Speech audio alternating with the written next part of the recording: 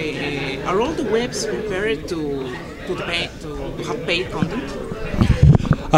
So I don't know that all websites are yet prepared to have paid content, but our belief is that all web properties, all digital publishers are likely to have an audience that is willing to pay for digital content. And we're here today to talk about our experience, our story, and to hopefully be helpful to digital publishers as they consider. Make it pretty clear that the people that the subscribers want the basic. They want a good content, and the form is secondary.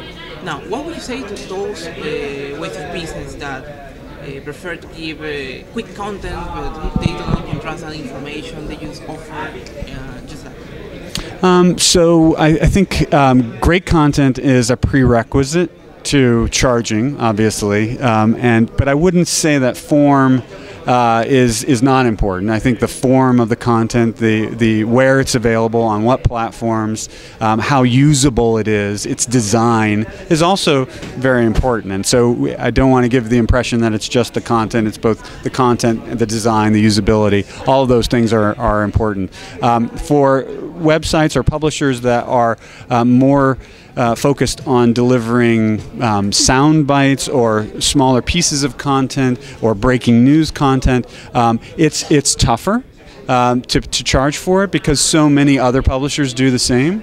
So it's important to find that kind of content that is differentiated. If you're going to charge for breaking alerts, they have to be the best, most breaking, first news sources that people go to in order for people to pay for them. But I guess I would encourage publishers to think about those non-commodity content types, the kinds of stories and investigative journalism, the kind of investigative journalism that we do, the magazine pieces, the multimedia, interactives, etc. Those things that require more investment of time and effort and are more engaging ultimately than a breaking news alert that's 140 characters. Those are the kinds of things I think people are ultimately willing to pay for. Thank you, Mr. Thanks. You said that most... Okay, thank you. You said that most of articles that are published in the New York Times are first put on the web, and after that they go to the printed version. Now, where goes the concept of exclusive?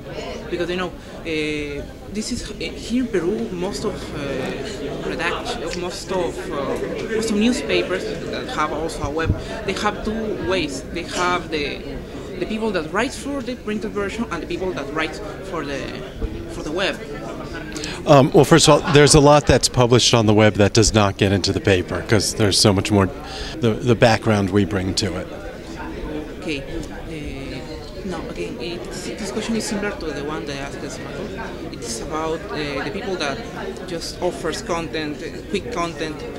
This is kind of, for example, here in Peru and in other parts of Latin America, this is happening. The people, these writers, just go to the job, to the newspaper, and they check the radio, they check the TV, and they just put the news that, and then they're explosive. It is kind of journalism killing the journalism.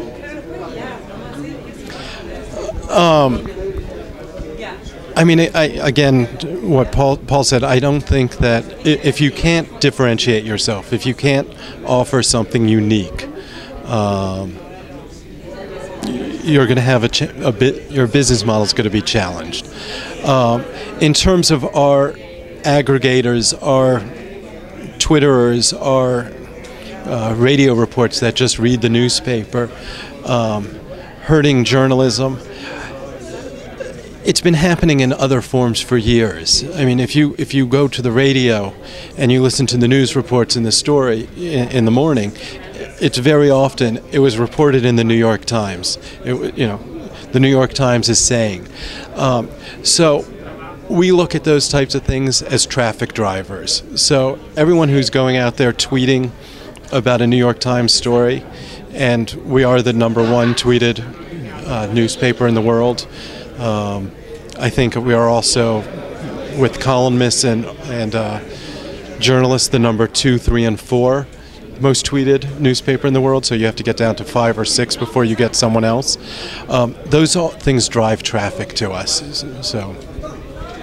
This was a nice conversation. Mr. Greenspan. Thank you, Mr. Mac.